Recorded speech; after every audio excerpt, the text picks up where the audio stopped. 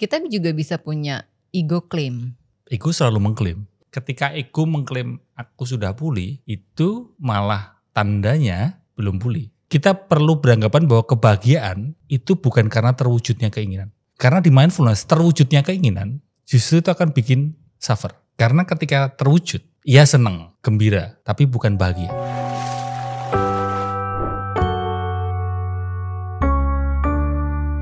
Hai, jumpa lagi di Relate Podcast. Kali ini udah ada narasumber juga yang datang ke sini jauh-jauh katanya dari planet lain. Siapa dia? Mas Aji.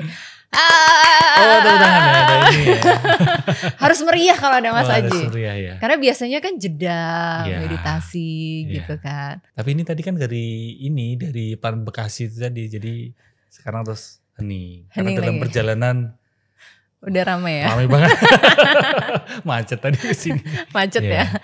Makasih loh Mas udah jauh-jauh ke sini. Sama-sama, terima kasih udah diundang juga. Ya, terima kasih juga buat Moto Movie yang sudah memberikan kita kesempatan pakai Rode PodMic White ini. Dan juga Rodecaster Pro 2 White untuk mixernya. So thank you so much. Mas Aji, sebelum kita mulai kan katanya capek banget. Sebelum aku diajarin jeda dan bermeditasi juga, kita minum dulu ya Mas. Oh boleh, ini bukan gimmick ya? Minumnya Ini harus diminum. Bisa diminum ya? Bisa, air beneran. Air beneran ya? Atau mau diisi kopi boleh. Mau diganti teh boleh. Karena kan kalau biasanya ada juga yang cangkirnya kosong ya. Cuma buat kelihatan ada cangkirnya aja gitu. Itu podcast mana tuh? Ada sih ya. Udah kan Mas, udah lebih dingin kan suasana hatinya. Iya. Mas Aji tuh backgroundnya kan psikologi juga ya Mas ya? Ceritanya gitu sih. Iya, kok ceritanya? Iya. Jadi kalau yang Cerita bukan hidupnya ceritanya gitu. apa? Cerita hidupnya backgroundnya psikologi. Kayak kamu kan, kamu juga psikologi. Iya, betul. Tapi bedanya kamu lanjut S2, aku cuma S1. Berhenti.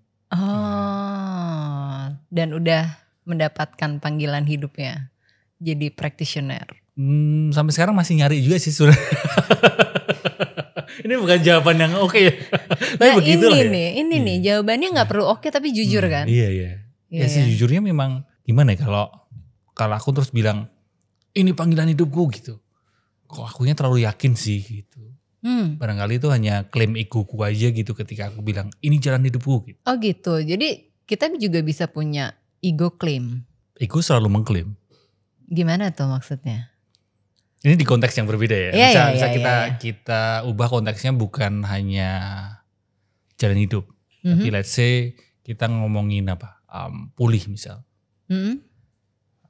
Ketika saya bilang aku belum pulih, itu kan ego claim.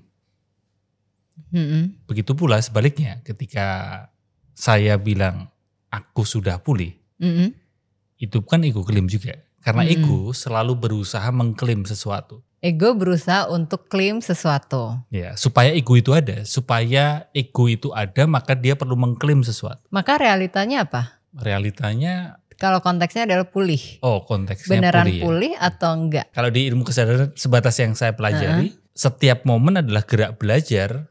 Kita tidak pernah bisa sampai gitu. Karena ketika kita mengklaim sudah sampai, dalam arti sudah sampai di titik pulih. Oh, aku pulih, berarti kan itu sudah sampai kan.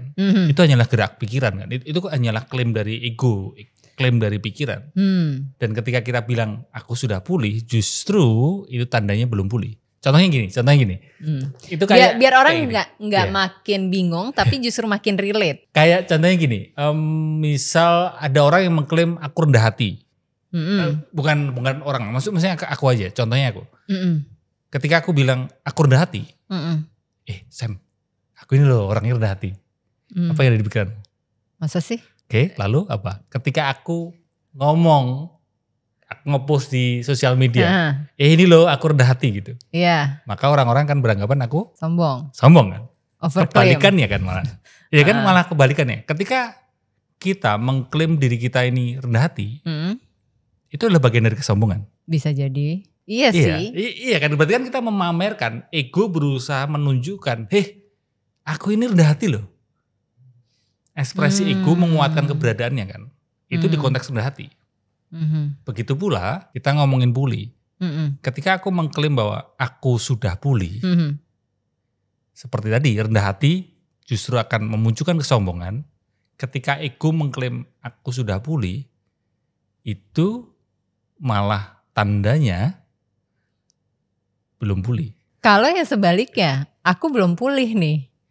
Apakah itu ego claim atau kondisi yang sebenarnya, atau dia lagi menutupi dirinya karena dia pengen selalu ada di proses belajar terus, jadi nggak pulih-pulih, atau sebenarnya memang kebalikannya dia udah pulih, cuman dia nggak pengen diketahui orang. Contoh misal bahagia, konteks yang lain.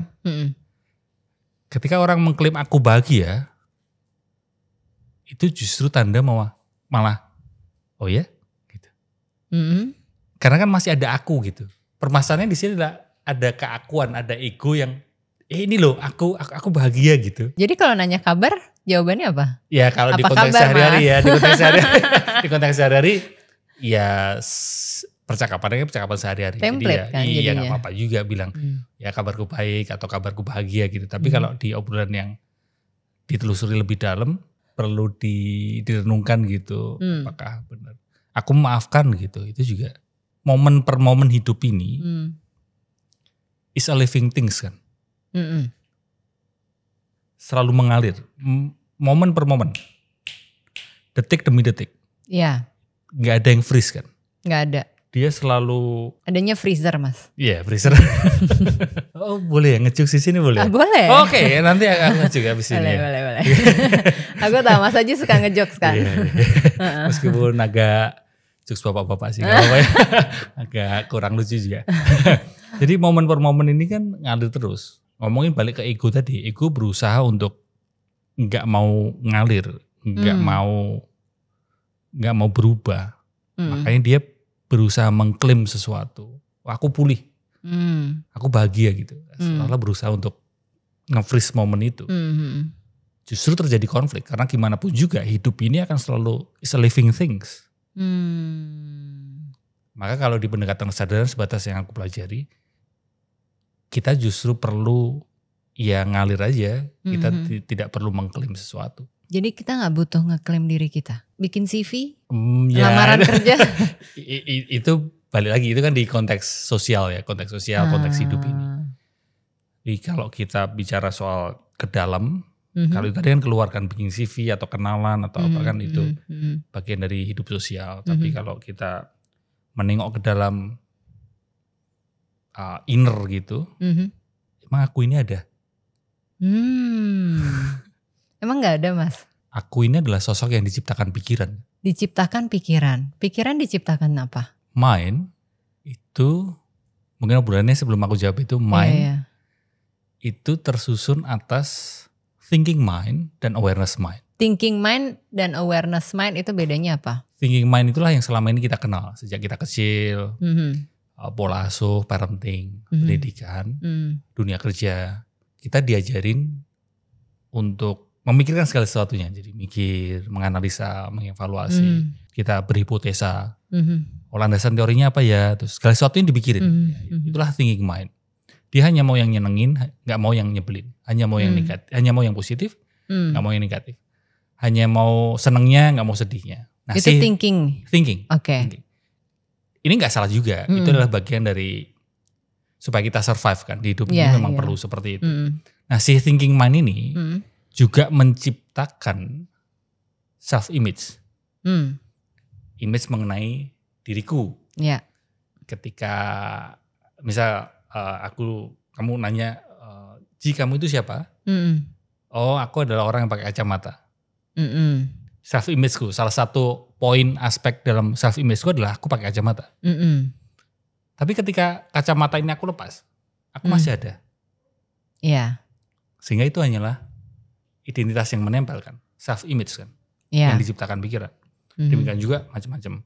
Selain kacamata, banyak self image yang diciptakan oleh pikiran. Nah, berbeda dengan awareness mind. Gimana tuh awareness mind? Awareness mind itu yang kalau di ilmu kesadaran itulah deeper self kita. Deeper self justru dimunculkan dengan awareness mind. Bukan dimunculkan oleh awareness mind.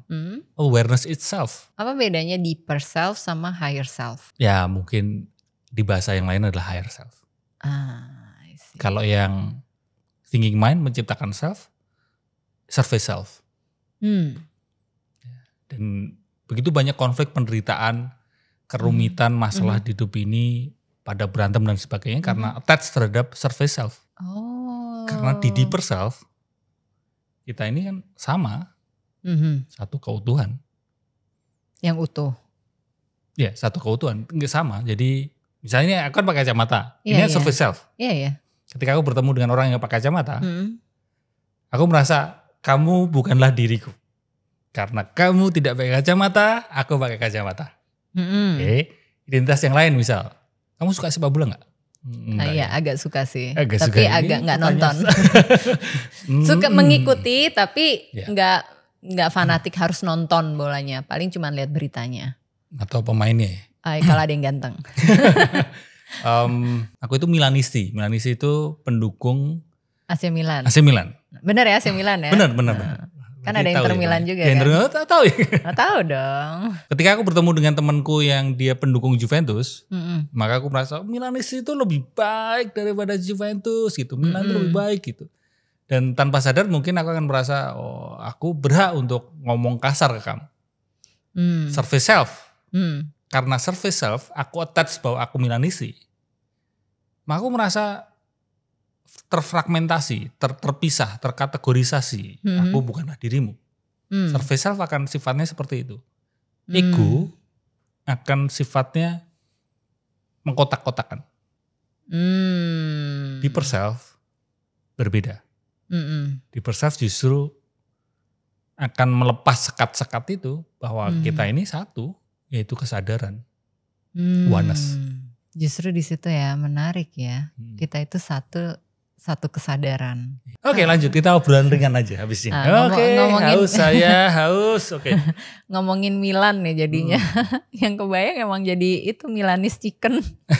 Apa itu? Makanan. Oh, ada makanan ya? khas. Oh. Ada, Mas. Baru tahu, Mas. Ada. Di sana, dia di Milan. Ada di sini di beberapa restoran Italia ada juga. Milanese chicken. Aku tahunya cuma spaghetti. Sama pizza. Itu bentuknya gimana? Ya. Bentuknya ayam kayak chicken katsu gitu kali ya. Oh gitu. Tapi ada saus tomat ya yang menjadi ciri khas cita rasa Italinya itu. Selanjutnya kita akan bikin itu tadi yang disebutkan. Ayo perangkatnya kita masukin ayamnya. Tuh kan jadi terdistraksi kan. Gitu. Ini service self nih pasti. Service self. Bukan awareness nih. Tapi service lebih serius. Deeper self cenderung playful kan? Oh iya? Iya.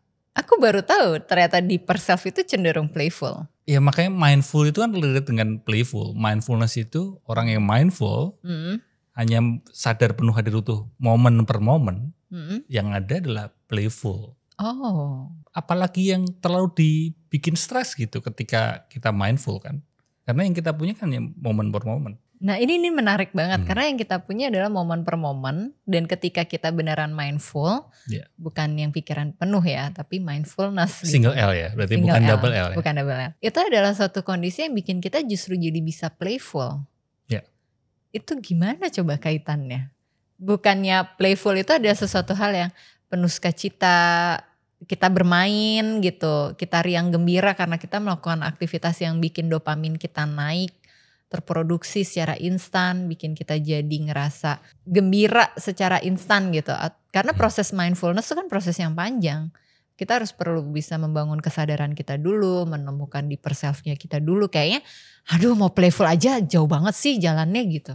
Manusia kan homo sapiens. Iya. Salah satu sifat homo sapiens adalah homo papi. Salah satu cirinya adalah pipi itu sebenarnya cenderung merah. Blushing gitu. Ya blushing. Merona ya. Makanya anak kecil itu ketika dia seneng atau apa gitu merasakan emosi apa, dia akan blushing kan.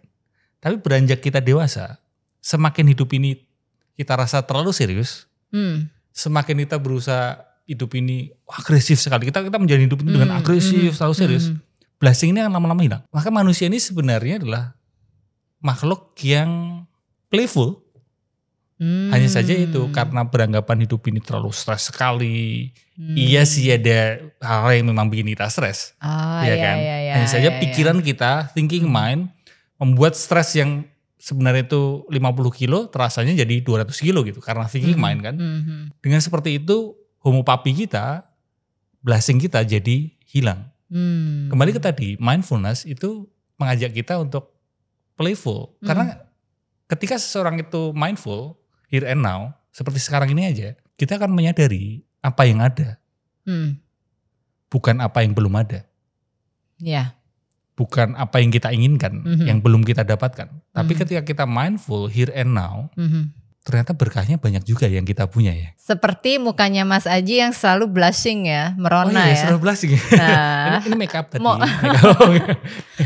Mau nanya skincare-nya apa, ternyata gak pakai skincare ya, tapi mindfulness kayaknya. Salah satu pertanyaan dari netizen yang menurutku kocak ya. Itu cukup sering aku tuh ditanya. Pada waktu serius gitu ya.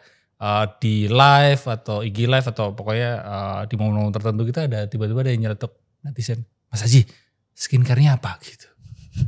Ya pertanyaan apa gitu, aku malah gak bisa jawab gitu. Bukan air wudhu ya. Bukan. Aku gak pakai skincare. Nah tadi jawabannya merona itu kan karena dari kecil katanya sebenarnya anak-anak tuh merona karena dia bahagia. Mungkin terbantu playfulnya. Jadi udah playful nih Mas. Belum juga, aku masih belajar. Aku masih gak sesempurna yang dibayangin netizen lah. Hidupku itu juga masih stres juga. Iya itu pasti. Iya. Nah ini menjadi menarik ya Mas ya. Jadi bikin aku tuh penasaran banget sama konteks si mindfulness here and now. Yang ternyata kalau kita mempraktekkan awareness ini bisa bikin kita jadi playful. Playful. Oke. Yeah. Bagaimana dengan konsep manifesting yang tidak here and now, sementara kita hidupnya di realita kita yang sekarang.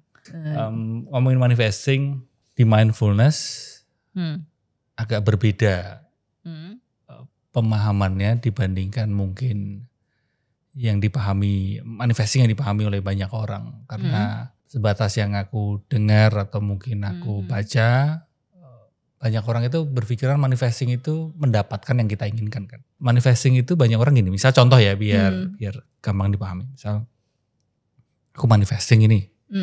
Manifesting ke San Siro, ke stadionnya AC Milan. Aku udah pernah. Ya. Oh pernah ya? Nyasar tapi.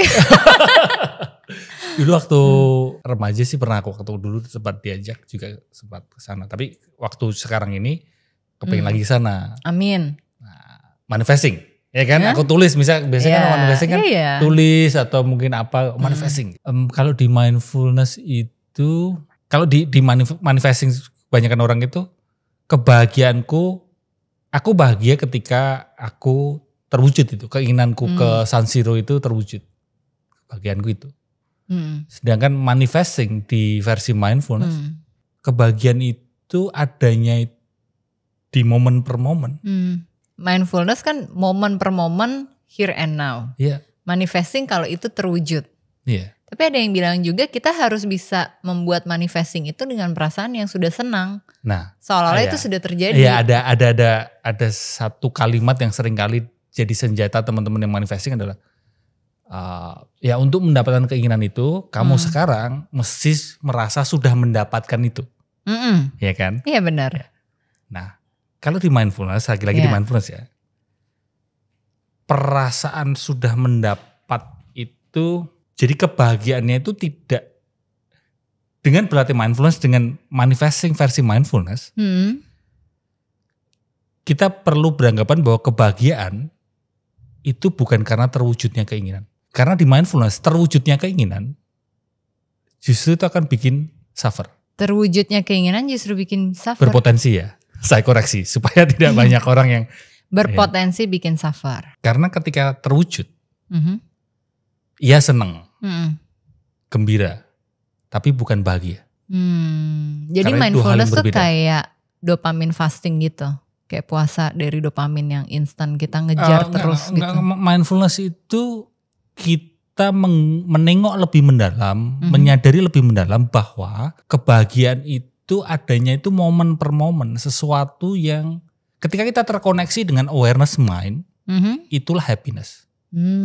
Karena kalau kita beranggapan bahwa kebahagiaan itu adanya dengan terwujudnya keinginan, kembali ke misal aku terus ke San Siro, senang, gembira, tapi selang sebulan, selang 1 tahun, mungkin lebih lama gitu 1 tahun, akan ada rasa yang kok gak bahagia ya gitu. Pernah gak kamu terwujudnya keinginanmu, selang beberapa saat akan terus, oh ternyata tetap aja ya, aku gak bahagia ya. Dulu waktu remaja sih. Sekarang kan enggak gitu. Udah beda. Contoh terwujudnya keinginan misal. Yang apa, yang bikin bahagia atau gak bahagia? Bikin bahagia. Terwujudnya keinginan yang bikin bahagia. Udah gak ada sih Mas. Maksudnya kalau aku saat ini posisinya lebih ke mendampingi anakku untuk mencapai prestasinya dia sih. Jadi bukan dalam kondisi kayak muluk-muluk, wah gue harus sesuatu yang besar grandios tuh udah enggak gitu. Kayak misalnya wah liburan gitu. Enggak, liburan tuh buat aku jadi pengalaman sama anakku. Biar dia bisa melihat dunia bahwa interaksi itu gak bisa kita dapetin cuman kita nonton konten-konten tentang vacation. Tapi yang benar-benar kita ngomong sama local people-nya tuh kayak gimana, kita menghargai budaya mereka seperti apa. Itu yang aku mau kasih pengalaman. Experience mereka, experience ke anak. Iya, pengalaman itu untuk dia dan bikin dia jadi bisa melihat tuh dengan kacamata yang lebih luas lagi. Bahwa dunia tuh bekerja bukan dengan cara yang kita selalu menduga atau berekspektasi dengan itu. Dan ketika traveling tuh ternyata banyak banget hal yang tidak terduga terjadi kan. Jadi aku mau ngajarin dia justru ke prinsip siap gak siap, you need to be ready anytime gitu. Nah demikian juga ngomongin manifesting. Ya. Ketika seandainya itu terwujud, apa yang kita manifestasi terwujud, kan variabelnya banyak. Faktornya banyak, bukan hanya semata-mata, oh ini gara-gara aku manifest loh. Benar. Aku setuju banget ya. Makanya cukup banyak orang yang beranggapan sebagai pusat semesta bahwa aku adalah yang bikin itu terwujud. Iya. Nah, di mindfulness kita diajak untuk menemukan kebahagiaan itu lebih mendalam, bukan sebatas gembira. Karena ketika terwujudnya keinginan, selang beberapa saat tetap aja kita akan bertemu dengan rasa kosong. Apa yang disampaikan sama Mas Aji barusan itu juga pernah jadi pembahasan waktu aku kuliah dulu. Jadi salah satu supervisiku, Pak Monty, suatu ketika kami tuh ngobrolin tentang konteks manifesting ini. Terus dia bilang gini, kita gak bisa kalau misalkan kita manifesting tapi kita gak bisa membedakan antara delusional imajinasinya kita dengan realitanya kita. So kita bisa mencapai itu dan menggunakan proses manifesting itu sebagai alat kita untuk tahu dan berkomitmen terhadap goals yang ingin kita capai. Karena untuk beberapa orang mereka butuh kayak, oke, dalam 1 tahun gue mau mencapai ini nih. Terkait goals ya? Terkait goals gitu. Kalau misalkan manifesting yang beneran, contoh dia waktu itu kalau gak salah aku inget ya, karena kan udah lama tuh berapa tahun yang lalu. Misalkan gini, orang yang pekerjaannya sebagai penjual bubur, terus dia pengen punya rumah yang seharga 10 M. Kayaknya kalau dia manifesting dalam jangka waktu 1 tahun, gak mungkin itu terjadi kecuali tiba-tiba dia dapat lotre gitu ya. Dan itu kan tergantung dari keberuntungan orang juga itu. So jadi yang realistisnya seperti apa? Membangun bisnisnya dulu kan. Untuk bisa mendapatkan si rumah yang misalnya seharga si 10 M itu. Jadi membangun bisnisnya seperti apa? Dia sebagai pengusaha bubur aja dia udah bisa menjadi pengusaha walaupun skalanya kecil. Artinya mengembangkan ini bisa menjadi besar. Itu seperti apa? Jadi lebih ke situ sih. Jadi tahap demi tahapnya itu yang perlu kita pahami tentang realita yang terjadi dalam kehidupan kita sehari-hari. Kalau goals, penentuan goals, aku setuju. Tapi manifesting ini kan cenderung kayak tiba-tiba langsung terwujud. Kan ya banyak orang yang beranggapan seperti itu, Sam, ya kan? Benar. Oh ini suatu yang ajaib terwujud gitu. Barangkali ketika aku sangat into terkait manifesting, itu adalah pelarianku terhadap betapa aku takutnya menjalani hidup ini. Ada hal yang menarik ya ketika belajar manifesting tuh aku waktu di akhir masa remajaku ya Mas ya. Itu langkah pertama yang suka sering diminta untuk latihan adalah nyari parkir. Nyari parkir adalah hal yang paling sulit ya. Ya itu di buku-buku tentang manifesting itu. Selalu ada kan pembahasan itu. Dan ini belum belajar psikologi saat itu. Jadi nyari parkir dibilang kita waktu mau pergi kita membayangkan, meyakini kita udah dapat parkir yang paling dekat sama pintu masuk mall deh misalnya gitu ya. Dan terwujud terjadi gitu kan. Nah kalau aku setelah belajar psikologi dan apalagi mendalami termasuk awareness juga, mindfulness juga gitu. Aku melihat lebih kepada kita bisa reframing pikiran kita. Jadi yang kita selalu merasa cemas, aduh nanti kalau pergi ke situ tuh cari parkirnya susah ini segala macam. Justru melatih kita untuk ada dulu nih gitu. Kita nggak usah pakai pikiran-pikiran yang negatif itu, tapi ada kok optimis lebih ke situ. Di mindfulness reframing itu sendiri juga kurang sejalan, Rem. Kurang sejalan? Karena kan reframing lebih ke pendekatan kognitif ya. Iya, karena reframing itu berusaha mengubah tadi sebelum berangkat ke mall, pikiran negatif, nanti jauh, nanti gak dapat parkir. Kita ubah jadi pikiran yang oke lah, nanti dapat kok, udah enak aja lah gitu. Santai aja, nikmatin Shifting aja gitu. Antara negatif ke positif, enak aja, nyaman aja, enak aja nanti dapat parkirnya. Ketika nanti sampai di sana, ternyata kenyataannya tidak sepositif yang kita bayangkan. Itu kita lebih kecewa, lebih stres, lebih gak enak. Maka di mindfulness, apapun pikiran ini yang muncul, hanya observe, tidak perlu di shifting. Itu kata kuncinya. Ya, itu berbedanya mungkin dengan pendekatan. Mengubah dari negatif ke positif.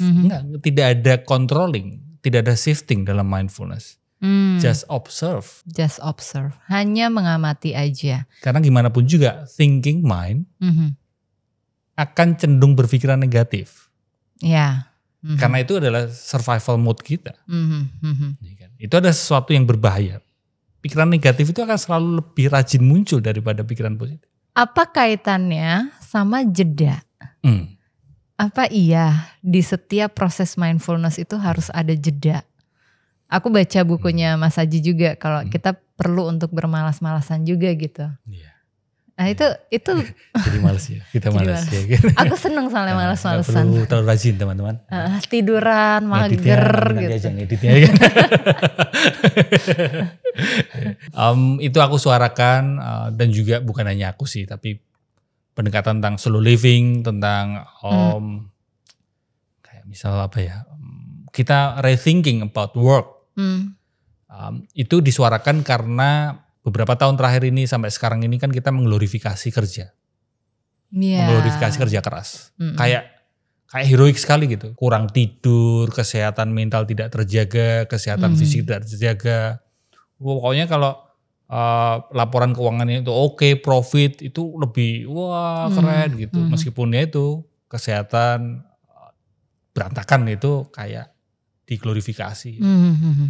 Nah, itu kan berbahaya, Sam. Karena itu suksesnya hanya sukses yang beracun kan, toxic sukses. Hanya terus mulai ada semacam apa ya, suara-suara yang mengatakan, yuk kita mulai ngerem gitu. Bukannya terus bermalas-malasan, ya kan? Maksimal males, malas yang maksimal itu gak sehat. Tapi berlebihan ada rajin. Ada yang malas yang maksimal. Ada, banyak juga. Dan juga yang udahlah malas aja, ngapa-ngapain malas, kasih kerjaan ya, udahlah nggak usah dikerjain gitu. Juga ada orang-orang seperti itu. Prokrastinasi kalau itu jadinya. Tapi, nah ini satu hal yang mungkin banyak orang nggak mewaspadai adalah berlebihan rajin. Ya, berlebihan rajin itu juga. Ini kan kalau Earls-Dawson Law ya, ada curve-nya kan. Itu performance, produktivitas kita akan oke kalau di tengah-tengah. Nggak malas-malasan, tapi juga nggak berlebihan rajin. Karena kalau berlebihan rajin, jadinya burnout. Benar. Dan itulah yang terjadi di dunia kerja sekarang ini. Banyak orang yang kapanpun dimanapun kerja gitu, kurang rileks, kurang males gitu. Kurang malas. Jadi kita malas-malasan aja. Yaudah yuk kita sekarang waktunya untuk malas-malasan. Dan terima kasih Mas Aji sudah mau ngobrol-ngobrol di Relate Podcast. Ngajarin kita untuk malas-malasan. Semoga lebih bermanfaat malas-malasannya. Padahal ini saya mau main suling loh ini. Oh enggak ya Sam ya. Nah itu termasuk juga iya. mindfulness kan ya. Jadi kreatif, jadi playful kayaknya.